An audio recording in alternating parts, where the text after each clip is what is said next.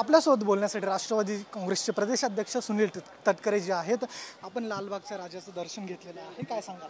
गणरायाचं आगमन होत असतानाच आज तमाम गणेश भक्तांचा उत्साह प्रचंड प्रमाणात वाढला आहे. भक्तिभावाने प्रत्येकजण या ठिकाणी येतो आहे आणि आज लालबागच्या राजाच्या चरणी नतमस्तक होत असताना मला मनापासूनचं आनंद त्या ठिकाणी होतो आहे आणि मला विश्वास आहे की लालबागच्या राजाच्या आशीर्वादाने, गणरायाच्या आशीर्वादाने महाराष्ट्रातली सारे काही विघ्न टळतील, दूर होतील.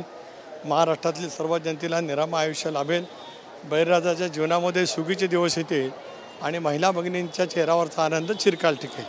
नक्कीच राजाकडे काही राजा नवसाला पावणारा आहे, काही साकडं मागितलं का महायुतीचं सरकार येण्यासंदर्भात? साकडं एवढंच मागितलं की महाराष्ट्राला सुख सौख्य लाभावं, महाराष्ट्राची संस्कृती विचारधारा अबाधित त्या ठिकाणी राहावी.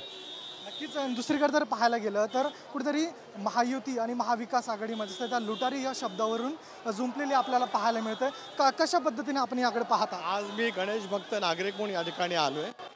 माझ्या मनामधल्या भावना गणेशाच्या चरणी नतमस्तक होण्याच्या आहेत आणि त्या गणेशाने आम्हाला सर्वांना सुबुद्धी द्यावी अशी गणरायाच्या चरणी, लालबागच्या गणेशाच्या चरणी माझी प्रार्थना आहे. नक्कीच धन्यवाद, तुम्ही आमच्याशी बातचीत केली. आपल्यासोबत होते राष्ट्रवादी काँग्रेसचे प्रदेशाध्यक्ष सुनील तटकरे. कॅमेरा पर्सन अजयसह मी ऋतिक गणकवार, TV9 मराठी, मुंबई.